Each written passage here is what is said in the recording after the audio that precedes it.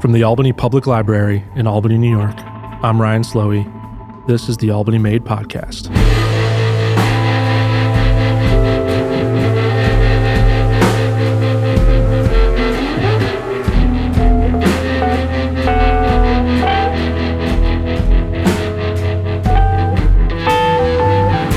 In today's episode, my colleague Luke Martin sits down with our friends at the Bookhouse, Kathleen Carey and Cheryl McKeon, to talk about youth and adult literary and publishing trends in 2020, as well as some of their favorite titles from the year. As always, if any of these titles mentioned pique your interest, APL is here for you with curbside pickup at 5 of our branch locations. You can make a request at albanypubliclibrary.org or by using the UHLS mobile app. You can also find these titles in digital format via Overdrive and the Libby app. Visit www.albanypubliclibrary.org for more information.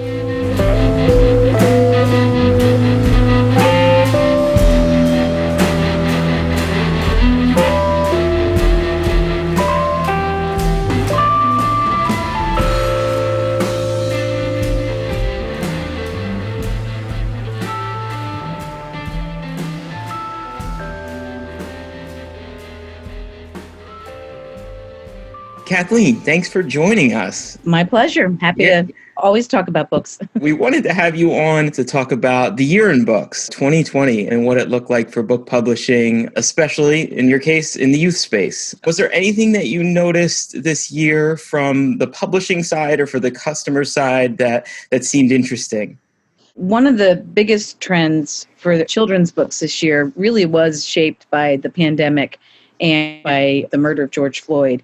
And that's books about social awareness, social justice, Black Lives Matter. There's been a push in the children's industry in the last 5 to 10 years for more books that feature diverse characters anyway. And there's an organization that actually grew out of that by 2 authors called We Need Diverse Books. And slowly we've seen that, but it really kind of just exploded during quarantine and the pandemic. And the more focus that got put on the Black Lives Matter movement. And there already had been books about social justice and community and awareness before, but now we've just seen just so much, in fact, that I had to actually kind of retool a section just to have those books there because people have come in asking for them. That's great that it's not just on the publisher side, but actually customers are seeking that material out as well. I mean, across all ages, picture books, middle readers, young adult, fiction, nonfiction. The New York Times last week published a report on what the publishing industry looked like for adults within the past 50 years, and then they looked at the past couple years. It reminded me how much work we had to do in terms of not just publishing white authors. I think in 2018, there were still 90% of books were written by white authors. It almost feels like the children's book publishing industry has kind of got ahead of that. I kind of hate to use the word trend because it just really should be how it is, but not just children's books featuring diverse characters, but written by BIPOC authors. And that goes up the ladder too. I mean, I think 3 Black women got senior publishing jobs in 3 of the big publishing houses. So we're seeing characters, authors, and publishers themselves, kind of the face of them change. So can you give me some of your favorites? Do you want to start with the social justice category? Were there any highlights within those books? So many. Christian Robinson is kind of an up-and-coming new children's book illustrator and author, and he's had several excellent books over the years, but his big one this year was just called You Matter. He's great. Another book that I think is really important, and it's absolutely stunning. It was written by Tammy Charles, illustrated by a Caldecott Award winner, Brian Collier, and they're both Black authors and illustrators. It's called All Because You Matter, and she actually wrote it prior to George Floyd, I believe, but because of the killings of Black men, and she wrote it for her 8-year-old son. It's a picture book. It's kind of the text. It's not a linear story, but the text is kind of because of the pictures, it could be read for a younger child, 4 to 6, but because of the text, it could work for an older child, 8 to 10, even though it's a picture book. There's another one called Same, But Different, which I hadn't known about. It actually came out about 4 years ago, but people started asking for it, which is another part of this subset of this trend, is that people are asking for books that have been out for years, but they're only just now discovering. There's another one called Love is Powerful, and that one's new. And that was written kind of in response to the way our world is right now with all the division. It's a very positive book, very inclusive book. So those are just some of the picture books that, that's a handful. I could talk for an hour. That's great. And we should actually mention to our listeners that you can put your pencils down. I will make sure to post all of Kathleen's picks across our social media pages, so you'll have access to that. Were there any for kind of the older or middle graders that you particularly like this year? There's an important one called Punching the Air by a young adult writer called Ibi Zaboy, and she wrote it with Yusef Salam. He's one of the exonerated 5. It's told in verse, which is a really powerful format for this book. And it's really kind of based on his experience being unjustly incarcerated. And it's from the point of view of a teenager who was in an altercation, but was not guilty of what he was convicted for, and how he gets through this. And he's an artist, so that is part of the story. Clap When You Land by Elizabeth Acevedo came out earlier this year. She's just a great writer. This one's told in prose, not verse. She's known for her verse novels. It's about a young girl in the Dominican Republic, I think, who is waiting for her father to come and visit like he does every summer. He lives in New York, but he's killed in a plane crash. And she discovers he has this other life in New York, and she has a half-sister she didn't know about. It's great. Middle grade, Jewel Parker Rhodes wrote a book that came out pre-pandemic on George Floyd, but it's called Black Brother, Black Brother. And it's about a young boy in a mixed race family, but he doesn't look like his lighter skinned brother and father. The book is very short, but it's fueled by his rage, really. And he learns to channel that rage in fencing. And it's excellent. A lot of emotional, powerful reads, right? Things that we typically maybe reserve for adult reading or older reading. You mentioned how graphic novels are still really popular this year, as they have been for the past few years. And I remember when we first started seeing that section of the library expand quickly several years ago, a lot of parents were a little bit wary of their kids spending so much time in that section, or at least kind of thinking that their kids weren't getting the same kind of reading experience as they were from our classic chapter books. Were there some of your favorite graphic novels, and can you say anything to kind of calm those parents' fears? Yeah, I'm seeing that with grandparents too. They're like, "Oh, I don't want to get them a comic book." It's not a comic book. It's actually its own valid, authentic genre now. And yeah, there are some lighter stuff, but we're actually seeing more graphic novels for early readers now because of the continuing trend in graphic novels for middle grade and young adult. Some of the big names, Raina Telgemeier was that, she paved the way. Maria Scriven, I'm not sure if I pronounced her last name correctly, but she's got a new series. There's just 2 books right now called Nat Enough. It's hilarious and heartwarming, and it's a young girl starting middle school, and her former best friend is really mean to her because she's not cool enough. That one's great. Jerry Craft, he wrote The New Kid last year, and it won the Newbery Medal. It was huge. A graphic novel had never won a Newbery Medal, and I think that also has helped give some validity to the genre. It's a powerful medium, especially for memoir, for history, and it's a way in for kids who maybe just the printed word is not enough. I did also want to ask you about the pandemic titles. Are there any for either young people or older kids that you thought were rushed to publication for the right reasons, or not for the right reasons, but are good and worthwhile to pick up? There's a little bit of both. When I was doing my buying for the fall, I couldn't believe it when I saw toddler books for the pandemic. And there is actually a board book called Pandemics for Toddlers, and this series of science books, geology for toddlers. It's Pandemics for Toddlers. And this one it's crazy. I laugh too, but when I read it, it's actually well done. It's great. And it might be helpful for a really younger child who just doesn't understand what's going on. Yeah. There was an interactive book that I thought was a little nuts called Stop This Virus or Stop That Virus. We actually got it into the store. It's got, movable parts. And oh my gosh. Yeah. It's crazy.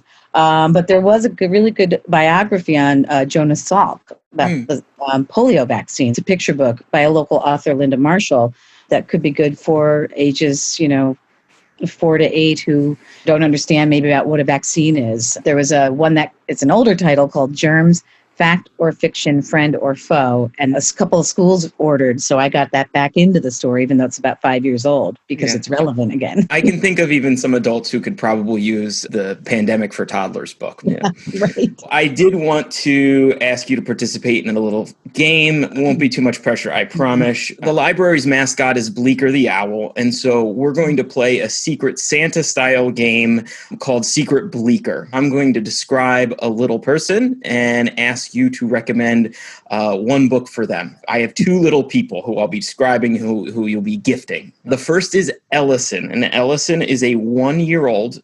She likes dinosaurs, animal noises, and not cleaning up her toys. You have to gift Ellison a book. I have, I think, the perfect book, which is How Do Dinosaurs Clean Their Room? It's from the How Do Dinosaurs series by Jane Yolen, illustrated by Mark Teague, who is also a local illustrator. He lives in the Hudson Valley region, or Catskills, I think. It comes in its original hardcover, which is larger, or a smaller board book. It might not fit the animal sounds, but it's got dinosaurs who don't want to clean the room. I promise I did not set you up for that one. I didn't know that book existed, but I'm glad it does. Ellison will be happy this year. Okay, so our second little person is Jalen, and Jalen is a 5-year-old that likes taking hikes. He likes basketball and grilled cheese. Okay, well, I've been in this book business for more than 30 years now, and you've actually stumped me because I can't think of any book that combines those three. But there is a really good picture book by Anne Rockwell called Hiking Day, and it can come in hardcover or paperback picture book, and it's about a father and daughter hiking. There's also Henry and Mudge, their camping book, which I can't remember the exact title, but that's a fun book. There's got to be a kid's book about grilled cheese. I'm sure there has to be. But I can't think of one off the top of my head. Okay, maybe I'll write one, because that's a great subject for a children's book. Thank you so much for giving us some great ideas for books to read this year. Yeah, absolutely. It was fun. Thank you.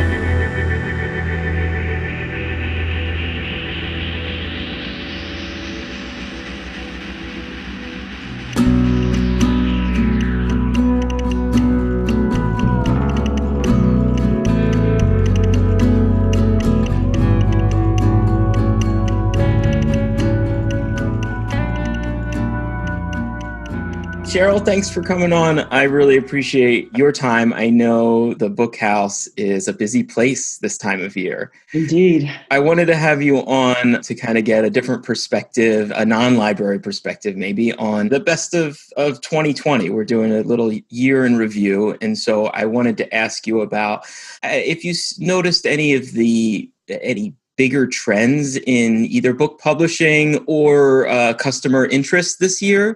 Well, as with everything else in life in 2020, there was much that was noteworthy, certainly. And it's interesting because our trends really were reflective of global trends. From the publishing perspective, I would say that some titles that would have been big titles for publishers were postponed. And it's not unusual for a customer to come in and ask for a title that she has read about, and we have to say, oh gosh, it's been pushed to June 2021. Get back to us. I think for the most part, publishers kept up. There were a couple of snags with paper supplies because everybody was suffering, all companies, from the publishers themselves and offices to the printers. So there were some snags. For the most part, publishers and delivery came through, but there were some interesting things that I think will probably filter down for the next year or two. We certainly saw some of that too with book shortages. And I know right now we're having some issues with getting some of our new titles in. And I remember just a few weeks ago, I called about a book at the Bookhouse actually, and I saw a publication date. And then whoever I was talking to, staff, saw a different publication date. But the real publication date, I think, was even a third option, was something neither of us were seeing. And so it's just been a wild year, I guess. But despite that, I feel like it's been a strong year for books. Every other week, someone seems to recommend to me something that I just need to read. I'm thinking of Luster by Raven Leilani was the newest one. Someone's just kind of knocking down my door trying to get this book into my hands. It seems to me anyway that it was a pretty strong year despite all the stumbling blocks. Anything you noticed in terms of content? We saw the continuation of the Trump publishing industry, a lot of books kind of around contemporary politics. And of course, the Cuomo book on the pandemic, there are a bunch of other pandemic books kind of pushed to Right. publication. Were there any other content themes that you saw or noticed? Absolutely. And this is a good time, in case I neglect to do so later, to emphasize the support of our customers. It's been phenomenal. Nothing short of phenomenal. And people really make a point of saying, I'm a good customer. I want you to stay. I'm here because maybe it was out of my way, or I could have shopped elsewhere and saved a couple of bucks, but I want you to be here. Yeah. And that has happened over and over. It is so gratifying. Many of us are reading more because we have more time. Mm-hmm. The content, absolutely. I would say one of the most dramatic things that we are joking about at this point is, have you made any sourdough lately? Because the cookbook section in general has been very popular, but sourdough books, I think we have probably no fewer than 10 different sourdough books on the shelves right now. Wow. In response to demand. It's been really fun. Other baking as well, sweets, cookies. We have time.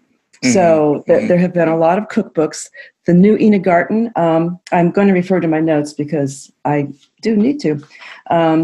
Her Modern Comfort Food. I love the title. It's so perfect. It didn't come out till fall, but it's still resonating with our customers. Probably the biggest and most dramatic were the trends in response to the national conversation about race and social justice. Mm-hmm. And as you know, the Albany Library and the Capital District Showing Up for Racial Justice organization co-sponsored reading and discussion of White Fragility, Why It's So Hard for White People to Talk About Racism by Robin DiAngelo. We had a hard time keeping that in stock. And it was reprinted at least once during the early winter when the conversation about race was at its peak. A number of other titles. Me and White Supremacy was one of them. So you want to talk about race from the Seattle anti-racist proponent, Ijeoma Oluo, was very big, was very popular. A lot of book clubs chose these books. Yes. Book clubs, of course, are Zooming, as you know. And a lot of them asked for White Fragility, How to Be an Anti-Racist by Ibram X. Kendi. He also wrote a children's version. So the conversation was very, very active, and it really was driving sales for several weeks there. And I think it will continue to. That huge spurt has waned, I would say, probably because everybody owns at least a couple of these books by now. But the interest is still there, and people are still asking for them. The other big book that everybody was talking about was Mary Trump's book, of course, Too Much and Never Enough. So that kind of tied in, actually. Another one that was interesting was bird watching. We had a lot of people were home, and like today, we're all looking out the windows. Sure. But there was a lot of that, of course, during the main part of the lockdown. We sold a lot of New York bird watching, backyard bird watching, raptor bird watching, and including What It Is Like to Be a Bird by David Sibley. Okay, yeah. You probably know that one. I did Big, see oversized, that. Beautifully illustrated, right? Yeah. Yes, it's just beautiful. And people are buying it for gifts, but they're also buying it, I think, to use. They're really enjoying nature in that way. Lovely to be able to get that kind of intimate knowledge of what people are doing to cope through this. Of course, everybody wanted an escape. Yes. And do you have any favorites or things that you saw customers really attached to this year in fiction? I think a little bit more so, but it's in my experience as a bookseller, very often the question is, give me something to make me happy. I don't want something ponderous. That kind of was accelerated this year. I want to talk about my current favorite novel, Perestroika in Paris by Jane Smiley. It's absolutely delightful. It is a book that, without spoiling it, you finish the book and you're so happy. Everything is good. And another way that it lifts us out of our view of things is it's narrated by a horse, a dog, a raven, 2 ducks, and a rat.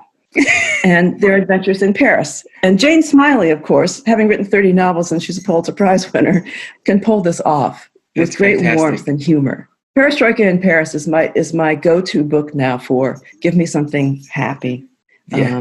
Let's talk about something from my grandmother, although I think that kind of takes it. I don't want it to, it's not a book for old people. Sure. It's also appropriate for any age, really. Jane herself said, I would certainly give this to a teenager.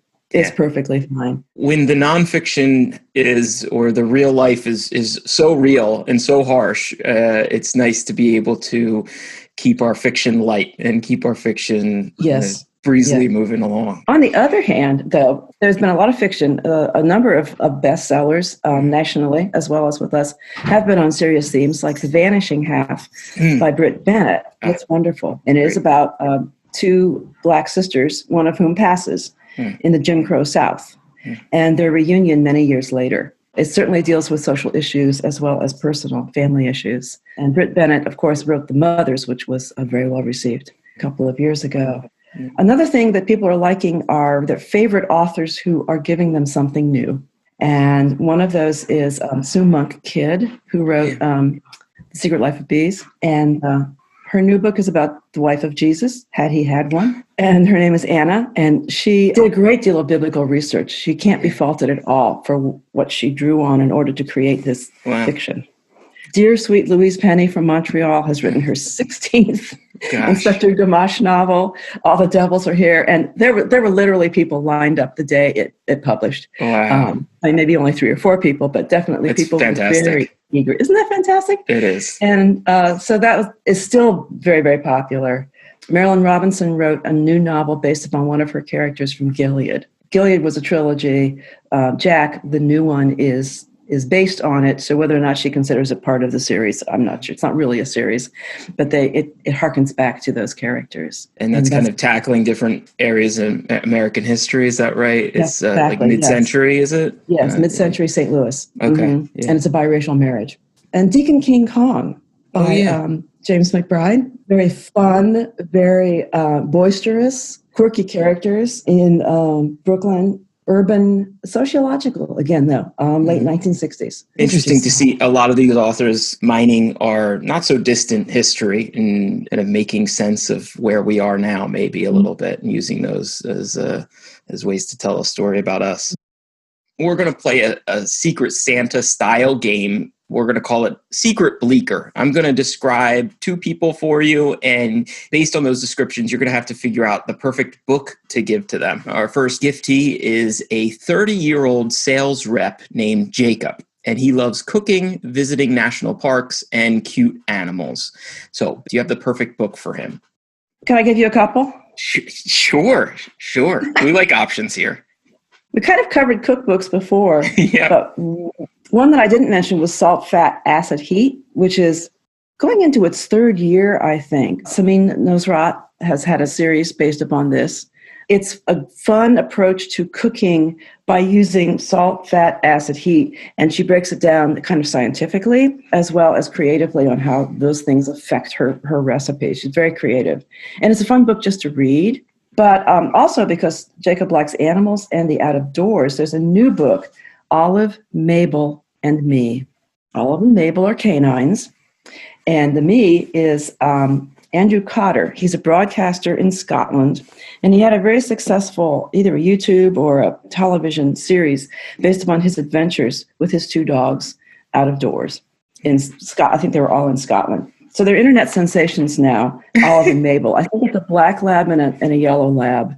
I think he would like that because Jacob and Andrew have a lot in common in other ways too. Those would be 2 that I would consider for him. This is Hollis, and she is a retired furniture maker, and she likes music documentaries, birding, and making toys for her grandkids. If she doesn't have it, then we need to get her Sibley's book on what it is like to be a bird. Perfect. But we have to have somebody check her shelf first. Yeah, okay. Fair. It is not new this year. It's still wildly popular as much as it was last year. It's a bestseller. It's amazing. Yeah. So I think she needs that one. But another one, since she likes music documentaries, I think no matter what your taste in music, you have to love Dolly Parton, songteller. Mm-hmm. And it's a huge book. I meant to measure it, 11 by 12 maybe, with a beautiful photo of her on the front, packed with photos. And her reflection on 60 years of songwriting. Her life is so fascinating. No matter, if you listen to only classical music, I think you'd still love Dolly's story.